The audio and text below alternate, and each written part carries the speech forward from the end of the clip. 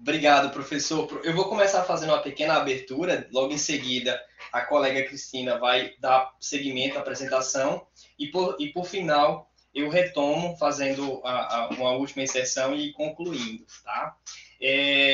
Primeiramente, professor, vai ser um belo de um privilégio, né, ter essa oportunidade de ser o primeiro a apresentar a disciplina do senhor. Oficialmente, como aluno matriculado na disciplina, tive o privilégio de ser o primeiro aluno a apresentar a disciplina do professor Waldman, e também agora aqui na disciplina do senhor é uma honra, um privilégio poder ter essa oportunidade. Pois bem, professor, dando início aos trabalhos, a gente vai falar sobre poder na sociedade da informação.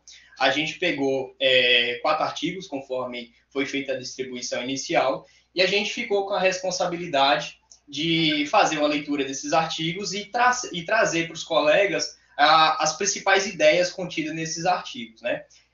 Eu tive o privilégio, mais uma vez, de fazer uma outra parceria com a Cristina, que já é uma colega que eu já tive a oportunidade de trabalhar com ela, e é uma alegria, uma satisfação, mais uma vez, poder fazer esse trabalho conjuntamente. A gente submeteu o artigo para o Comped e esse semestre vai rolar um outro artigozinho para o Comped. A Cristina é nota 1000, não é nem 10, é 1000. Super show de bola. Pois bem, professor, dando seguimento, a gente traçou a seguinte diretiva para essa abordagem de hoje. A gente vai falar sobre ética, poder e pluralismo jurídico na sociedade da informação, a máquina de exploração mercantil da privacidade e suas conexões sociais. A gente também vai tecer alguns comentários a respeito dessa nomenclatura, a onipresença do poder na produção de subjetividades, na construção do imaginário social. Por fim, a gente vai fazer as conclusões e a gente vai apresentar as referências. E nesse momento eu passo a palavra à colega para que ela possa fazer as inserções dela e ela terminando, ela vai me devolver a palavra para a gente fazer as conclusões, tá bom? Cristina, está contigo. Obrigado. Obrigada, Devan. Obrigada pelas palavras. Imagina, né? É o que eu sempre falo, nós todos estamos aqui, estamos aprendendo juntos, é uma grande alegria, né? Essa oportunidade de estarmos evoluindo, né? O nosso contexto acadêmico, isso é muito bom. Professor, inicialmente uma boa noite ao senhor, boa noite a todos os colegas.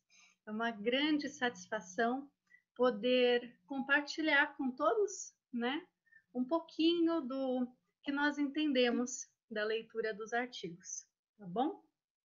Qualquer dúvida, fiquem à vontade, professor, fique à vontade para poder interromper o momento que for, para o senhor fazer as suas considerações. Tenho certeza que vai acrescentar muito em nosso conhecimento. Perdão, eu estou com uma tossinha meio chatinha desde ontem. Bom, em sequência, vamos lá.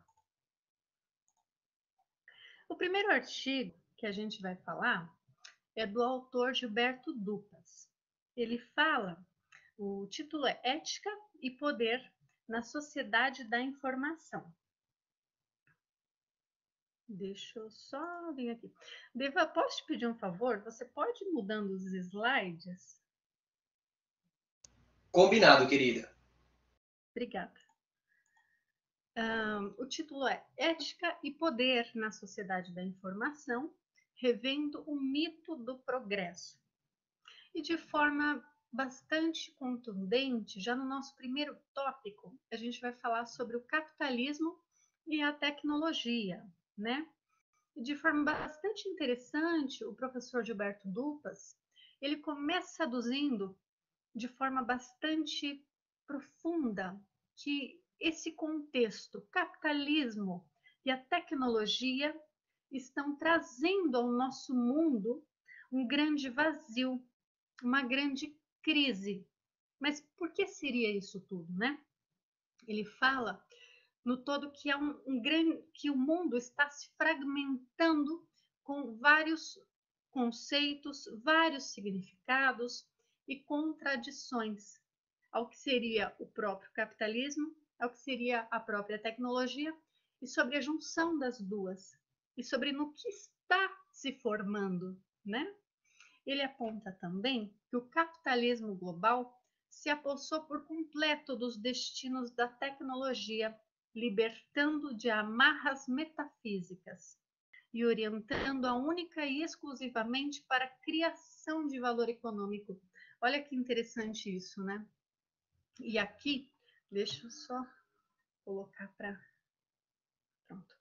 E aqui a gente vai começar a pensar em todas as vertentes que hoje nós estamos vendo que a tecnologia está afincamente intencionada a movimentar o cenário de conhecimento, de atuação de pesquisa, somente por conta do lucro final, né? Mas eu vou dar sequência, no final a gente aponta alguns exemplos a mais. E ele coloca ainda que se transformou em fator fundamental na disputa dos mercados e na acumulação capitalista global.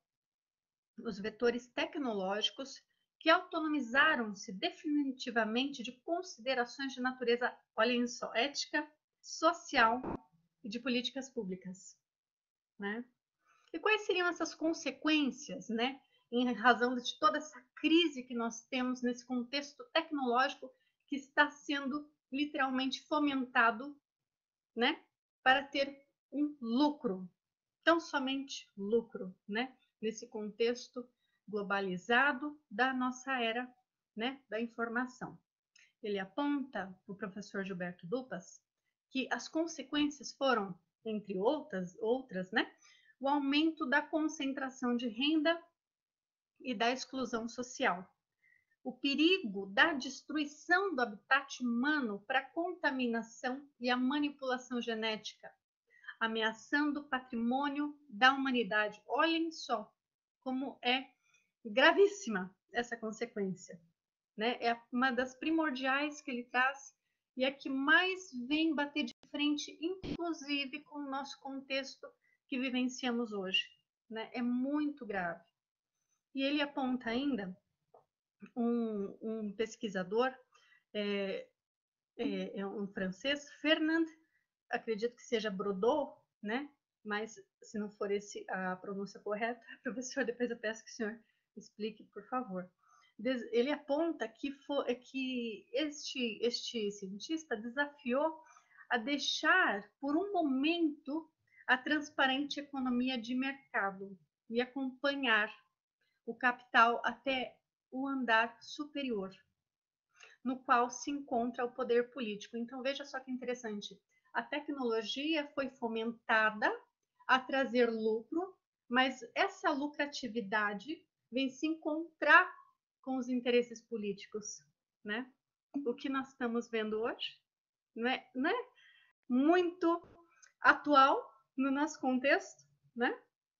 Em sequência, ele aponta também o andar de cima potencializa a acumulação pela revolução da tecnologia da informação, pela possibilidade de fragmentação das cadeias produtivas globais.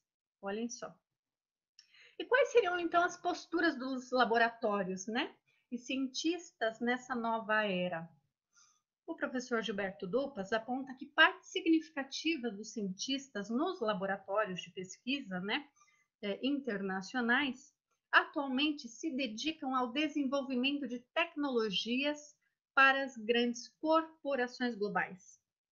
Vamos pensar no contexto de grandes laboratórios, né, as big pharmas, né, que se de um lado respondem à demanda do mercado, de outro tem a opção de eleger a taxa de retorno de investimento dos seus acionistas. Vejam só, gente, eu vou pôr um ponto aqui para a gente refletir daqui um pouquinho.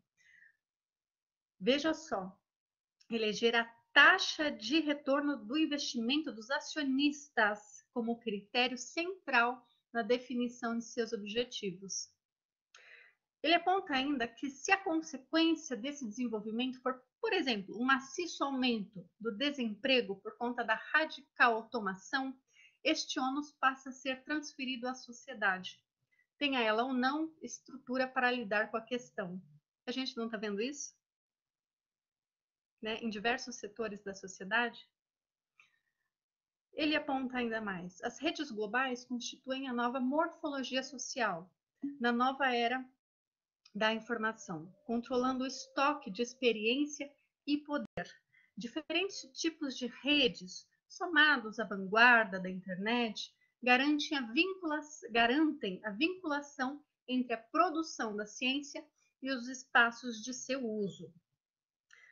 Continuando, o professor Gilberto Dupas aduz que são redes os fluxos financeiros globais, a teia de relações políticas e institucionais que governa, por exemplo, a União Europeia, o tráfico de drogas que comanda pedaços de economias e sociedades do mundo inteiro, a rede global das novas mídias que define a essência da expressão cultural e da opinião pública. Ele também traz da própria atual posição hegemônica do ZEUA, né, quando da escrita deste artigo, né, é alimentada pela superioridade tecnológica e pela capacidade de radiá-la e impô-la ao resto do mundo. Não é verdade? No início deste novo século, com a emergência extremamente rápida da internet e do comércio eletrônico, os norte-americanos vêm experimentando ainda maior aceleração das inovações em direção ao aumento da produtividade e da taxa de acumulação de suas grandes corporações. Ele traz que na pós-modernidade a utopia dos mercados livres e da globalização torna-se a referência. Ciência e técnica juntas não param de surpreender e revolucionar. Mas ele aponta, veja só, esta ciência vencedora é simultaneamente hegemônica e precária. E em sequência ele vai colocando no sentido do encantamento e desilusão da ciência estar sendo levada a outra vertente, que não um bem comum, mas sim essa lucratividade em demasia dos fomentadores, né, dessa própria tecnologia, dessa própria ciência. Ele aponta que o mundo da performance cultua o otimismo, né?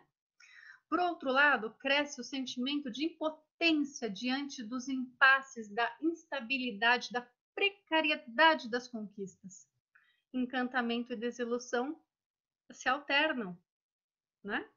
Com a tecnologia da informação, nunca a tirania, veja só o que o professor aponta, das imagens e a submissão ao império das mídias foram tão fortes. A vida nas sociedades contemporâneas apresenta-se como uma imensa acumulação de espetáculos.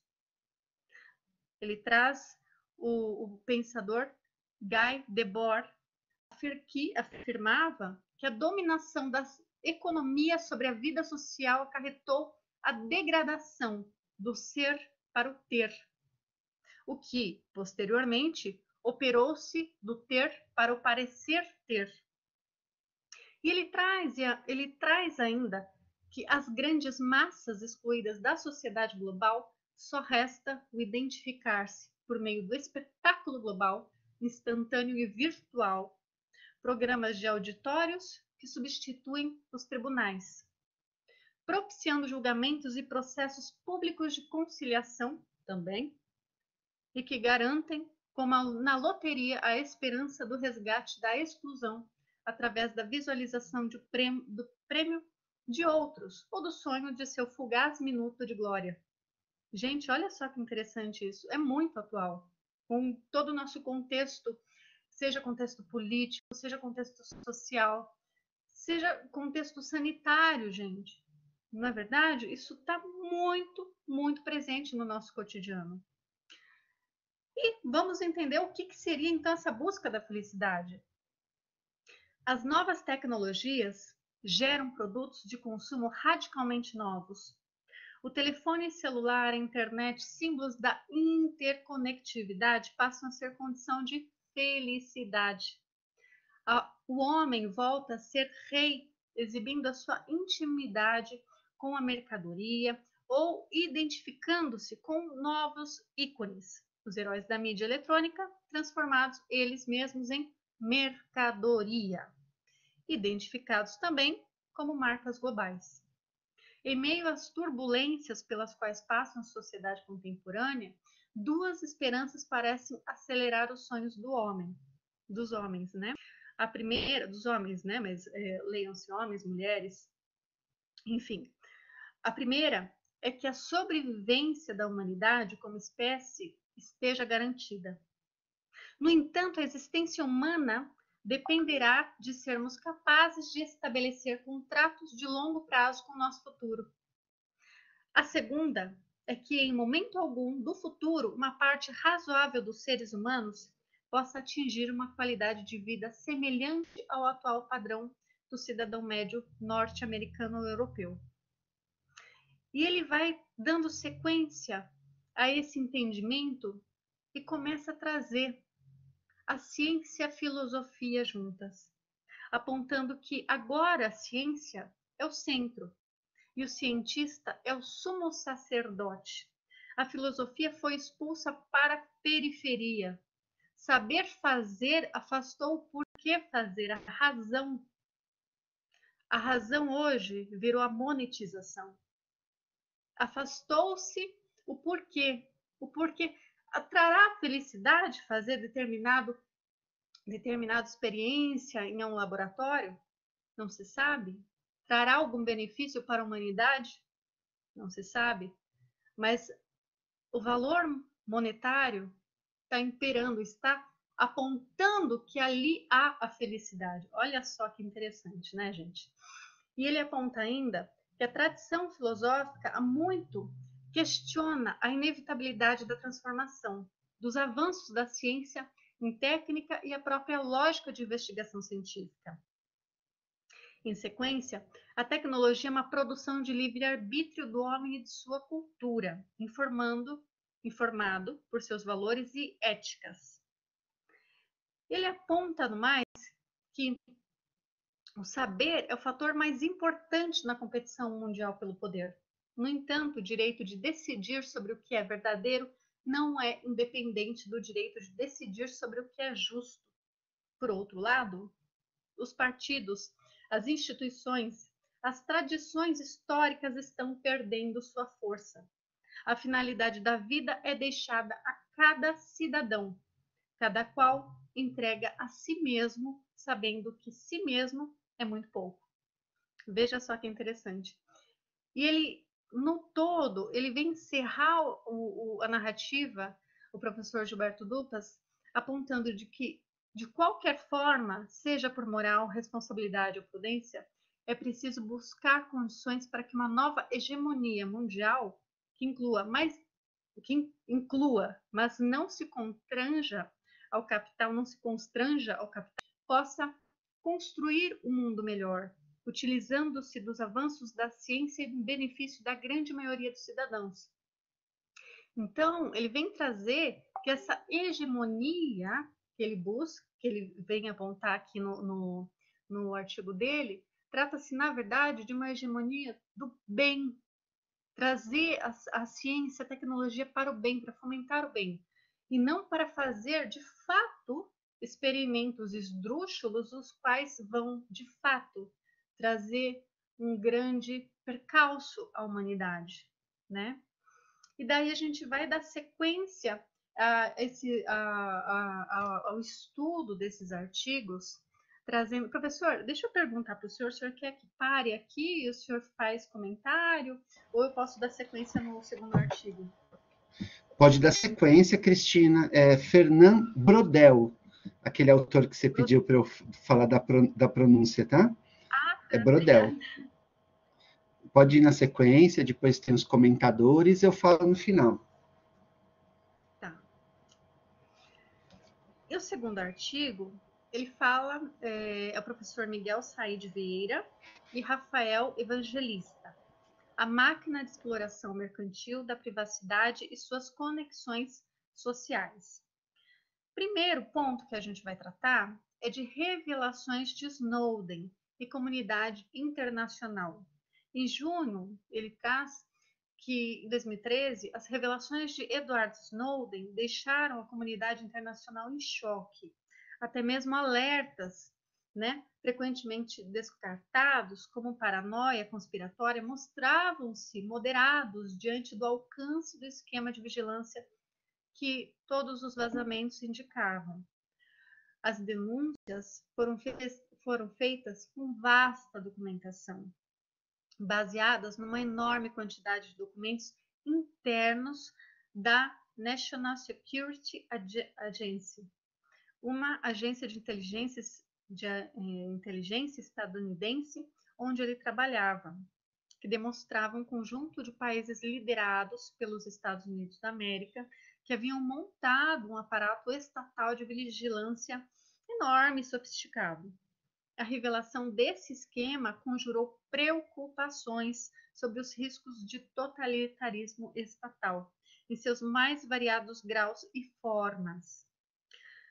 Quando a gente vai se deparar com esse grau de totalitarismo, ele traz algumas situações que ele aponta sobre a vigilância estatal em si, trazendo como, por exemplo, a Operação Condor, Stasi, KGB, que são apenas alguns de muitos símbolos traumáticos desses riscos que marcaram a presença, né, em ambos lados das antigas fronteiras da Guerra Fria. E aí a gente vai entender um pouquinho sobre a vigilância estatal e a vigilância mercantil. O vigor dessas revelações, né, que o Snowden fez, iluminou de forma bastante contundente, de forma majoritária, um tipo específico de vigilância, que é a vigilância estatal. O debate público, né, desses vazamentos enfatizou muito o fato de que as estruturas utilizadas pelos estados nessas estratégias de vigilância são majoritariamente privadas. Na vigilância mercantil, por outro lado, busca-se obter dados dos sujeitos enquanto agentes econômicos, né? E principalmente enquanto agentes de consumo, que desejam, o que compram, o que e quando e como fazem essas compras, né? E qual é o percentual semanal que fazem essas compras, né? Isso tudo é a dita da vigilância mercantil, é saber o que as pessoas fazem a todo tempo, né? Para, inclusive, poder encaminhar dados condizentes com o perfil daquela pessoa. Só que essa vigilância mercantil, a gente consegue verificar que praticamente quem é que está conduzindo de maneira preponderante? É uma ou duas empresas, né? Ou 3 empresas. Na verdade, nós temos a preponderância de 2 grandes empresas privadas, né? O Google e a Microsoft como apanhadores de dados, né? Em diversos casos, os dados acumulados por agências como a NSA não foram nem capturados pela própria agência, mas por grandes empresas como a Google e a Microsoft. E mesmo quando a interceptação de dados possa ter sido feita sem o conhecimento e a total sorte dessas empresas, né? O fato de que elas têm posições oligopólicas, segundo os próprios autores apontam, né? Ou até mesmo monopólicas, né? Que simplificam muito a própria tarefa da NSA, burlando então a segurança de poucos provedores, né? Eles conseguiram ter acesso a uma enorme rede de dados. Efeito de rede é o que a gente vai tratar. E o que seria de fato esse efeito de rede? É um fenômeno muito festejado nas análises sobre cultura livre. Quanto maior a rede, quanto maior o benefício produzido pela chegada de um novo membro, o caráter curioso que é neste cenário, o fenômeno tem, então, nesse contexto todo, né, nesse cenário todo, os autores apontam uma grande consequência estranha, né, que é o benefício gerado, né, o que vai acontecer, né, esse efeito de rede que foi captado, todos esses dados, quem que será beneficiado, né? Então, ele foi literalmente captado pelo Google, pela Microsoft, mas ele vai ter um benefício, e qual que seria, né? Daí ele aponta, no entanto, os 2 fatores que multiplicaram o potencial de aplicação desse fenômeno, do efeito da rede, né? Foi a consolidação da publicidade como principal modo de custeio dos negócios ligados à internet e a própria popularização, o barateamento do acesso da internet e os aparelhos, como, por exemplo, celulares, smartphones.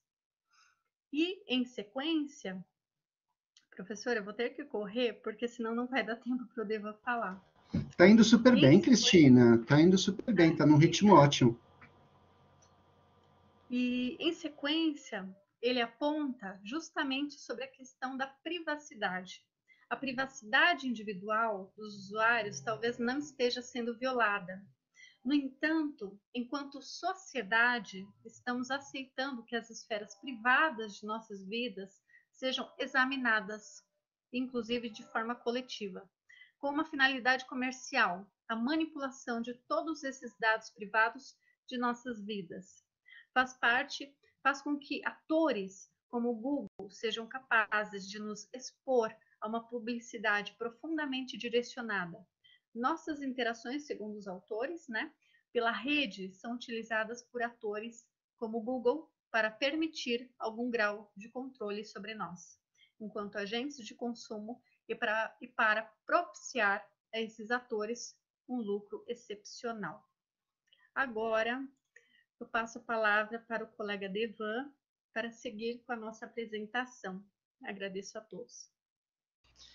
Muito obrigado, Cristina. Você facilitou bastante minha apresentação. E aqui, professor, tem uma coisa que eu acho bem interessante, que é exatamente o nexo existente entre os artigos, né? Então, aqui é um mérito do senhor nessa escolha, nessa eleição desses artigos. A gente percebe nitidamente o quanto eles se comunicam, né? Porque desde a questão de onde a Cristina vem trabalhando, e agora a gente vai dar entrada nessa questão da onipresença do poder, nota que há um verdadeiro liame entre todo esse material que a gente vem trabalhando, né? E seguindo nessa linha, o segundo artigo ele fala sobre a onipresença do poder na produção de subjetividades e na construção do imaginário social nas sociedades contemporâneas. E aqui, quando se trata da questão da onipresença do poder, inicialmente, quando eu bati o olho nessa palavra no texto, já me veio aquela ideia do Deus cristão que é onipresente, né?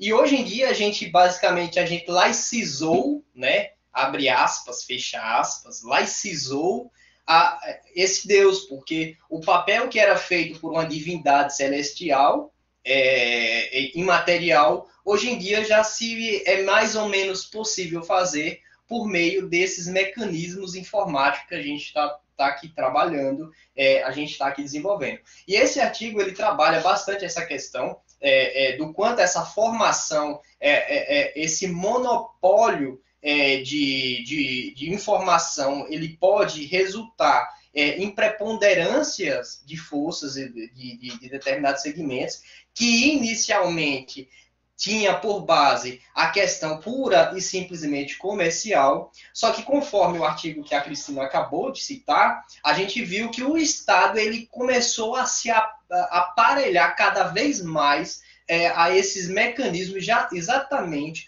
para o controle social, para o controle estatal.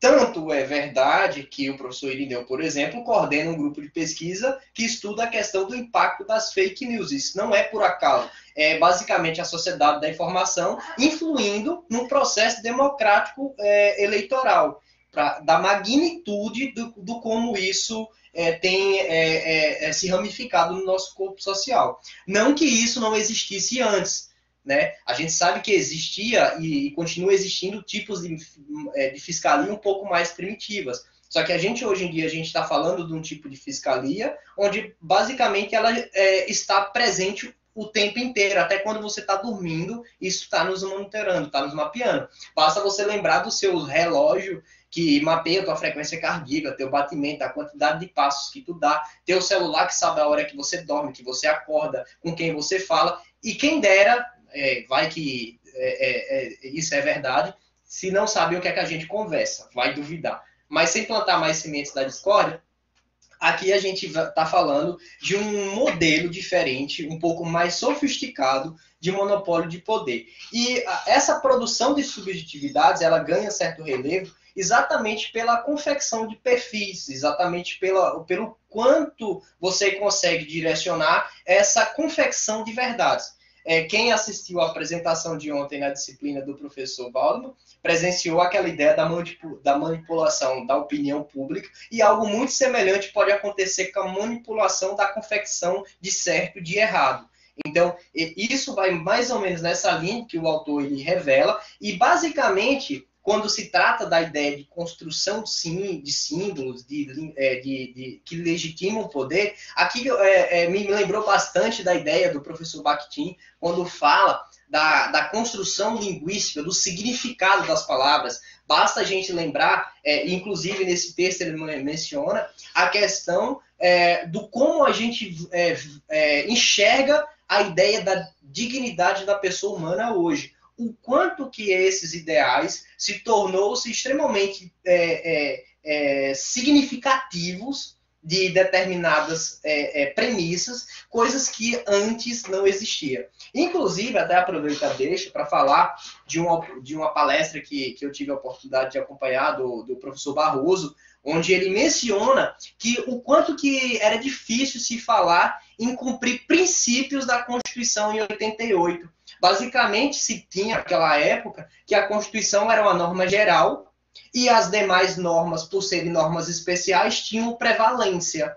Não era o texto constitucional que ditava as regras do jogo, não tinha essa ideia toda interpretativa, esse pilar hermenêutico constitucional, essas balizas mais abstratas que hoje a força normativa da Constituição nos possibilita fazer, né? Então a gente vê como a forma que a gente dá significado às coisas, ela pode repercutir na forma que a gente enxerga o mundo. Consequentemente, isso vai repercutir no que a gente pode compreender por certo ou por errado de algumas coisas.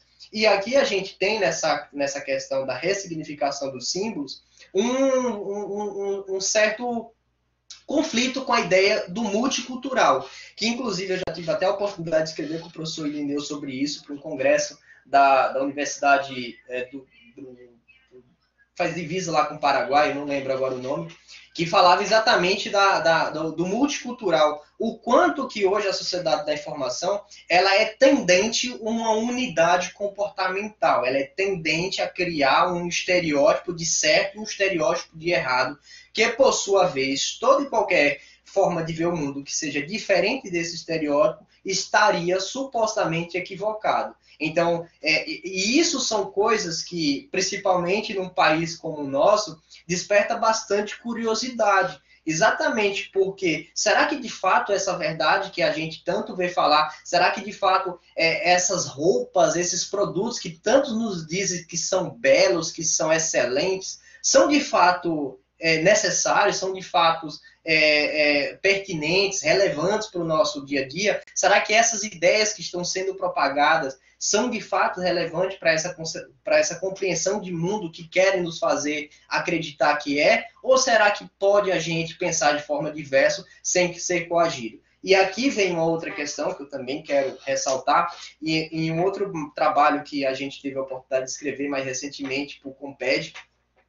Aliás, esse não foi para o Comped, esse eu escrevi com a Cristina, e esse foi para a revista internacional, lá do Comped. A gente fala do como isso estava sendo empregado na China antes do Covid-19. Aqui no Brasil, no início da Covid-19, a gente presenciou a possibilidade de a gente se utilizar de mecanismos de geolocalização para mapear as pessoas, para, de certa forma, se precaver do Covid, incentivando as pessoas a manterem o distanciamento, permanecerem naquele ambiente. Só que a questão esses dados já não estavam com a gente, esses dados já estavam acontecendo. A questão ia ser ou não utilizado. Lá na China, por exemplo, antes do Covid-19, esse mecanismo já estava sendo utilizado para bonificar pessoas e também para reprimir pessoas que seguissem uma linha divergente daquela predominante pelo governo chinês. Então, aquele cidadão chinês que acompanhassem aquelas diretivas do comando vigente, predominante naquele modelo de pensamento, ele tinha todo o incentivo, tinha tudo mais facilitado, e aquele cidadão que, de certa forma, batesse contra esse modelo, ele seria, de certa forma, reprimido, teria malefícios, teria as coisas dificultadas, por sua vez, ceifando a liberdade dele pensar de forma diferente. Não só a liberdade dele pensar de forma diferente, como também dele ser coagido, de ser punido pelo simples fato de pensar diferente daquele modelo de pensamento vigente. E essa questão da onipresença do poder na sociedade da informação, ela se revela bastante pertinente e, a meu ver, preocupante, exatamente por conta de essa escolha de mundo ideal, esse símbolo de verdade, esse símbolo de falso, ou de verdadeiro ou de falso, do que é certo, do que é errado, fica centrado na mão de poucos. E isso é complicado, principalmente se você não tiver poder de mando, que é o que normalmente acontece. O poder de mando está na mão de pouquíssimas pessoas. E, diga-se de passagem, no modelo vigente democrático que a gente tem, ainda esse poder, além de ficar na mão de pouco, ele gira com um certo período de tempo. E aqui a gente vai se encaminhando para a conclusão isso. Que aqui quer dizer o seguinte: para análise adequada da vigilância mercantil, é necessário construir uma concepção de privacidade social, exatamente por conta desses requisitos que eu acabei de mencionar. Nessa busca de se oferecer produtos, de se viabilizar que aquele produto chegue aonde tem que chegar para se viabilizar a comercialização, por um outro lado, tem que se analisar essa privacidade social, esse corpo coletivo, não é a privacidade de um indivíduo, e sim a privacidade do coletivo, daquele corpo social como um todo, exatamente para os proteger de possíveis usos indevidos dessas informações adquiridas. E essa reforma intelectual e moral que legitima as direções de progresso, elas, de fato, revelam-se preocupantes, exatamente porque à medida que essa onipresença de poder ela ganha uma grande envergadura de força, essa compreensão de moral, essa concepção do que é legítimo, do que é ilegítimo, ela pode, de certa forma, ser muito preponderante e não admitir pensamentos divergentes e muito menos uma coabitação de pluralidades naquele meio social. E isso pode ser um pouco preocupante, principalmente na questão de minorias. E num país como o nosso, a gente vê situações de segregação até mesmo de maiorias. E isso, de certa forma, a gente desperta um pouco de curiosidade e de preocupação. O conceito de direito como forma de unidade quanto conjunto de normas emanadas, sancionados por um poder central, por exemplo, perdeu qualquer credibilidade. Aqui essa ideia do positivismo, eu até aproveito a fala do professor Irineu de uma aula que ele ministrou, na época tinha o aluno César, que ele estudava a questão do positivismo. O César, ele fez uma colocação e o professor contribuiu da seguinte forma, e isso restou marcado na minha mente, que o professor falou. Realmente, hoje em dia, para o Estado democrático de direito que a gente tem, a leitura pura e seca da lei, ela se revela insuficiente. Porém, o positivismo, ele não é um bicho, um maléfico de 7 cabeças por si só. E aí veio a contribuição do professor Irineu, que à época ele falou, seria um sonho de países que vivem em crise que se cumprisse aquilo que está na lei. Então, o positivismo, ele é algo que pode ser melhor elaborado, pode ser melhor trabalhado, mas ele não se revela insuficiente por si só. A gente pode temperar e, de certo modo, com uma certa cautela, exatamente para evitar decisões muito fora daquele esquadro, daquela moldura, conforme o professor Valdo mencionou na aula de ontem, exatamente para não potencializar demais isso que a gente estuda hoje, chamado ativismo judicial. Então, eu acho que cabe os profissionais do direito, de certa forma, trabalhar melhor essa questão e se utilizar de melhor maneira disso que a gente já tem. Professor, aqui eu dou por encerrado, segue para as referências e nosso obrigado.